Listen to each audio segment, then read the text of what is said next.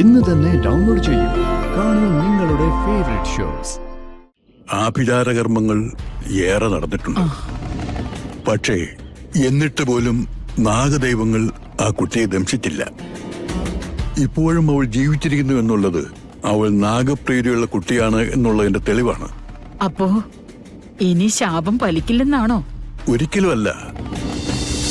ഇനി മുതല് നവീന്റെ ഭാര്യ ഗാഥയാണ്. മോളെ, വേഷം കെട്ടല് കഴിഞ്ഞു. വാങ്ങിയ കാശിനുള്ള പണിയെടുത്ത് തീർത്തു. ഇനി അങ്ങോട്ട് പോവണ്ട. മോളെ, അമ്മയോടിപ്പോ ഒന്നും പറയാൻ പറ്റില്ലല്ലോ. എനിക്കറിയാം.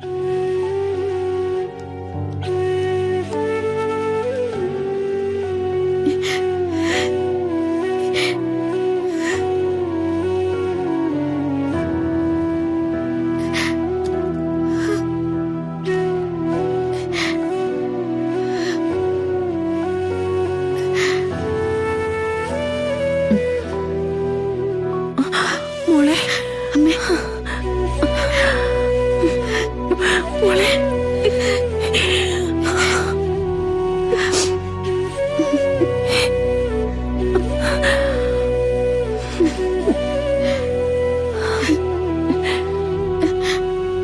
മോളെ, അമ്മേന്റെ അടുത്തൊന്ന് എത്താൻ എനിക്ക് തിടുക്കായിരുന്നു.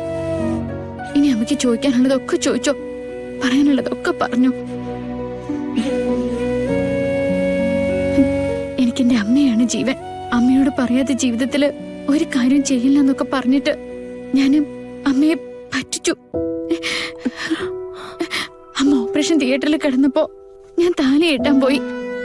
അതിലും വലിയ ക്രൂരതയൊന്നും ആരും സ്വന്തം അമ്മയോട് ചെയ്തിട്ടുണ്ടാവില്ല. അമ്മയ്ക്ക് പരാതിയുണ്ടെന്ന് നിന്നോട് ആരാ പറഞ്ഞേ? അമ്മ ആഗ്രഹിച്ചതെന്താ? എന്റെ മോള് ഒരു സങ്കടവും ഇല്ലാതെ ജീവിക്കണം. അതിന് പറ്റിയ ഒരിടത്ത് എത്തണം. നിനക്ക് സന്തോഷം മാത്രം തരുന്ന ഒരു ചെറുക്കൻ നിന്റെ കൂടെ എന്നും ഉണ്ടാവണം. അതല്ലേ? അതൊക്കെ നടന്നല്ലോ. നല്ലവനല്ലേ നവീൻ? നല്ലവരല്ലേ ആ കുടുംബക്കാര്? എന്താ ഇല്ലാത്തത്? ഇത്രയും പാവപ്പെട്ട നിന്നെ ദൈവമായിട്ട അങ്ങനെ ഒരു സ്ഥലത്തെത്തിച്ചത്. അമ്മയ്ക്ക് പരാതി ഒന്നുമില്ല മോളെ, ഒട്ടുമില്ല. പിന്നെ ആശുപത്രിയിൽ നിന്ന് ഇറങ്ങാൻ തോന്നിയതും കല്യാണം നടക്കുന്ന സ്ഥലത്ത് വരാൻ തോന്നിയതും ഒക്കെ ഒരു പുണ്യം. അമ്മ കണ്ണ് നിറയെ കണ്ടല്ലോ നിന്റെ കഴുത്തിൽ താലി വീഴുന്നത്. അല്ല, നവീൻ വന്നില്ലേ മോളെ? അത് ഞങ്ങളും ചോദിച്ചു തങ്കം. അല്ല, ഞങ്ങളും രണ്ടുപേരെയും കാത്താണല്ലോ ഇരുന്നത്. നവീൻ ഓഫീസിൽ എന്തോ തിരക്ക് പിടിച്ച കാര്യങ്ങളുണ്ടെന്നോ. അപ്പോ മോൻ വരില്ലേ? വരും. അമ്മയെ വലിയ ഇഷ്ടായിട്ടുണ്ട് നവീന്. എന്തായാലും അമ്മയെ കാണാൻ വരും. തങ്കേച്ചി, കുറച്ചു നാള് കഴിയുമ്പോ എല്ലാ യാഥാർത്ഥ്യങ്ങളും എല്ലാവർക്കും മനസ്സിലാവും. അപ്പോ ഈ വിഷമങ്ങളൊക്കെ മാറും.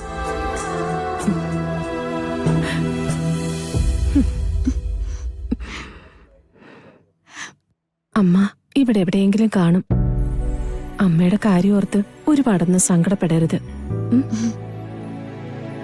ഇനി എന്റെ മോളുടെ ജീവിതം അവിടെയാ, കുടുംബം അവിടെയാ.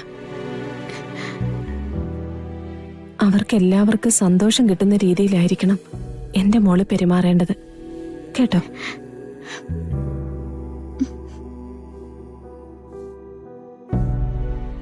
അങ്ങ് പൊറുക്കണം. എന്റെ ഭാഗത്തുനിന്നുണ്ടായ ഒരെടുത്തുചാട്ടമാണോന്ന് എനിക്കൊരു സംശയം. തെളിച്ചു പറയൂ. അങ്ങ് പറഞ്ഞതിൻ പ്രകാരം ഇരട്ടക്കുട്ടികളിൽ നാഗപ്രീതിയുള്ള ഒരാൾ കളരിക്കിലേക്ക് വരുന്നതോടെയാണ് കളരിക്കൽ തറവാടിന്റെ ശാപമോക്ഷമൊന്നല്ലേ? നവീൻ വിവാഹം കഴിച്ച കൃഷ്ണയും ഗാഥയും തമ്മിൽ അങ്ങനെ ഒരു ബന്ധമുണ്ടെന്ന് തോന്നുന്നില്ല. കൂടുതൽ അന്വേഷിക്കാതെ നവീന്റെ ഭാര്യയായി ആ കുട്ടിയെ സ്വീകരിച്ചത് ഒരു തെറ്റാണോ? സരസ്വതി അമ്മയുടെ സംശയം ന്യായമാണ്. ഈ വിവാഹം നടക്കുന്ന സമയത്ത് കളരിക്കൽ തറവാടിന്റെ സർപ്പശാപം ഉണർത്താൻ വേണ്ടി ആഭിചാരകർമ്മങ്ങൾ ഏറെ നടന്നിട്ടുണ്ട്. പക്ഷേ എന്നിട്ട് പോലും നാഗദൈവങ്ങൾ ആ കുട്ടിയെ ദംശിച്ചില്ല. ഇപ്പോഴും അവൾ ജീവിച്ചിരിക്കുന്നു എന്നുള്ളത് അവൾ നാഗപ്രീതിയുള്ള കുട്ടിയാണ് എന്നുള്ളതിന്റെ തെളിവാണ്.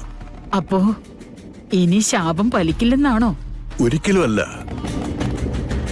കളരിക്കൽ തറവാടിന്റെ ചരിത്രം പരിശോധിച്ചാൽ കളരിക്കലേക്ക് വധുവായി വരുന്ന പെൺകുട്ടികൾ എല്ലാവരും തന്നെ 41 ദിവസത്തിനുള്ളിൽ സർപ്പദംശനമേറ്റ് മരിച്ചിട്ടുണ്ട്.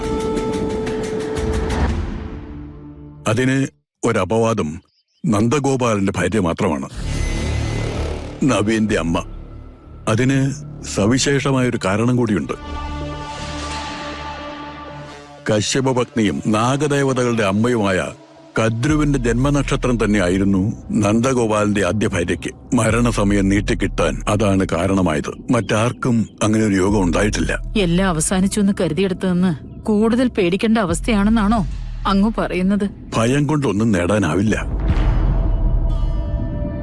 ആത്മധൈര്യം ആർജിക്കുന്നതിലൂടെ മാത്രമാണ് മനുഷ്യന് സ്വയം തിരുത്താൻ പറ്റുന്നത്. ഇനിയുള്ള 41 ദിവസം കളരിക്കലേക്ക് വന്ന പെൺകുട്ടി ചില കഠിന വ്രതങ്ങൾ അനുഷ്ഠിക്കേണ്ടതുണ്ട്. ആ കഠിന വ്രതത്തിന് ശേഷം 41 ദിവസം പൂർത്തിയാക്കി 42ാം സൂര്യോദയത്തിലേക്ക് ആള് കടന്നാല് ഉറപ്പിക്കാം, കളരിക്കലെ ശാപം പൂർണ്ണമായി മാറിയെന്നും വന്നു കയറിയ പെൺകുട്ടി ആ ശാപത്തിൽ നിന്ന് തറവാടിനെ മോചിപ്പിക്കാൻ എത്തിയവളാണെന്നും. പിന്നീട് അങ്ങോട്ട് ഒരു ശക്തിക്കും അവരുടെ ദാമ്പത്യത്തിനെ തടയാനാവില്ല. ഒഴുകുന്നൊരു നദി പോലെ അത് ശാന്തമായി മുമ്പോട്ട് പോകും. വ്രതാനുഷ്ഠാനങ്ങൾ എന്താണെന്ന് അങ്ങ് പറഞ്ഞു തന്നാലും അതെല്ലാം ഞാൻ ചെയ്യിപ്പിച്ചോളാം. നല്ലത്. അനുഷ്ഠാനങ്ങൾ നാം പറഞ്ഞുതരാം. ഒപ്പം എല്ലാ ദിവസവും മുടങ്ങാതെ നാം പൂജകളും ചെയ്തുകൊണ്ടിരിക്കാം. കളരിക്കൽ തറവാടിനെ ഈ ശാപത്തിൽ നിന്ന് മോചിപ്പിക്കേണ്ടത് നമ്മുടെ കൂടി ഉത്തരവാദിത്വമാണെന്ന് കൂട്ടിക്കോളൂ. അങ്ങയോടുള്ള വിശ്വാസം മാത്രമാണ് എന്റെ ധൈര്യം. എന്റെ കുട്ടികളെ കാക്കണം, അവർക്കൊരാപത്തും ഇല്ലാതെ.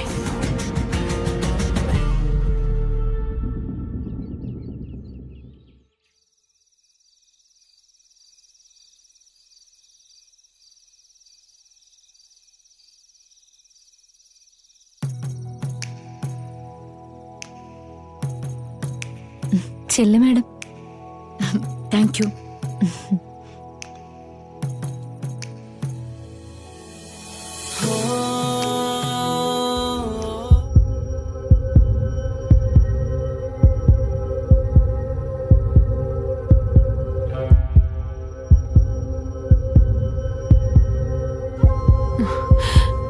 ഈശ്വര, എന്റെ മോക്കൊരു ആപത്തും വരുത്തല്ലേ.